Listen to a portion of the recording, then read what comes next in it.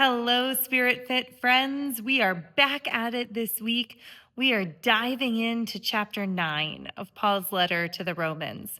We are through chapter 8, the heart of the letter, all of that good news and gospel of Jesus Christ that Paul wanted to make sure that we heard.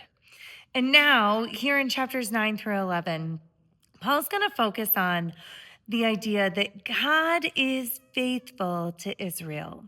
God has not forgotten them. God has not changed the covenant.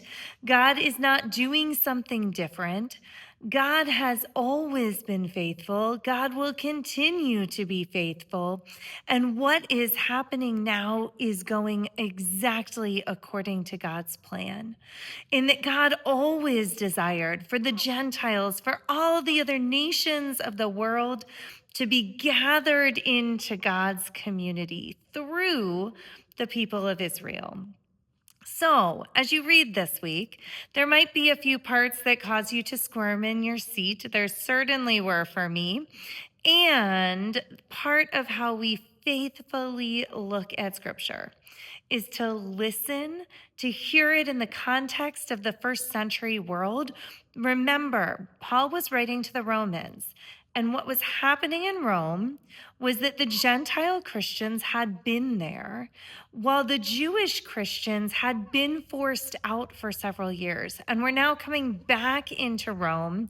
And suddenly, these two groups of followers of Jesus were colliding with one another. And Paul was trying to help them sort out how to live in one community together. That's something we're still trying to sort out. We still try to figure out what it looks like to be faithful, both to what God is doing in the world and to be respectful and kind to our neighbors of different faiths. There's a second teaching video in the lesson this week, this one from Yale Divinity School. If you're wondering what exactly to make of chapters 9 through 11, I highly recommend it. These theologians and biblical professors dig into it a bit more. Keep reading, keep wondering, keep wrestling, keep listening, keep opening the Bible. For God is still speaking. God is still at work in the world, and we get to be part of it.